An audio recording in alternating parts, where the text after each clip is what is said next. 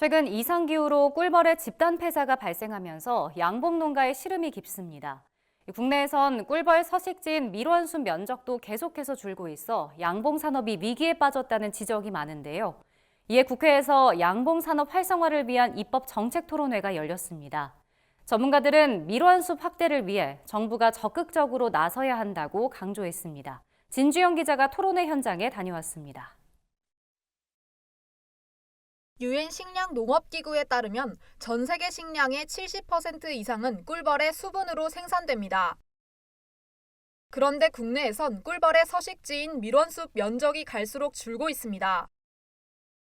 실제로 1980년 48만 헥타르에서 2021년엔 15만 헥타르로 급감한 상황입니다. 특히 최근엔 기후변화로 꿀벌 응애와 같은 바이러스 감염도 증가해 꿀벌의 월동 폐사 문제도 심각합니다. 꿀벌 응애는 꿀벌의 정상적인 활동을 저해하고 면역력을 약화시키는 주범으로 양봉 농가의 생산성을 크게 떨어뜨리고 있습니다.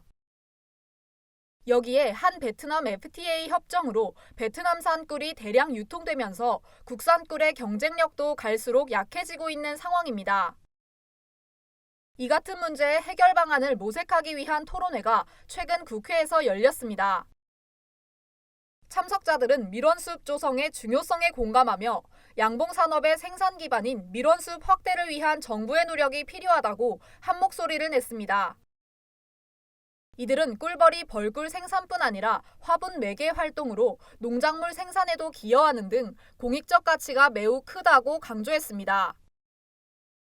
양봉산업이 위협을 받게 되면 유럽 화분 매개 서비스, 농업 생산, 식량 안보, 양분 공급, 생태계 안전, 건강, 복지 이런 게 다 실은 위태로워질 수 있다는 거죠. 서식처와 밀원 자원의 충분한 공급이 필요하다.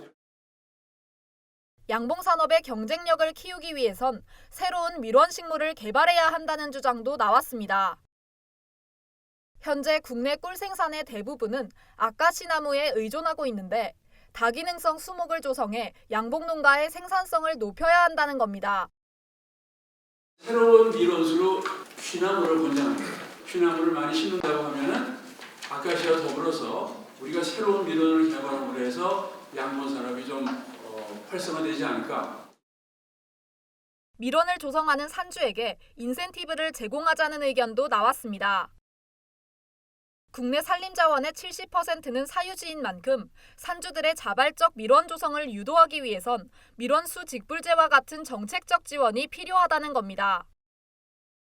밀원수를 심으라 하는데 심으라 그럴 게 아니라 심으면 그 심는 사람들한테 하다못해 산림 직불금을 주던 장려금을 주던 그분들한테 인센티브를 줘야지.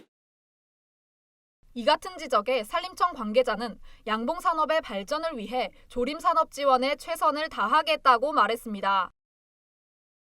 정부 산림청에서도 밀원수, 그다음에 숲을 유지하고 발전시키는 이런 것들에 대해서 관심 있게 하고 충분히 대화하고 노력하겠다는 것으로. 한편 토론회를 주최한 어기구 국회 농해수위원장은 밀원수 조성을 위해 관련법을 개정하는 등 국회와 정부가 함께 노력할 것을 약속했습니다. MBS 진주영입니다.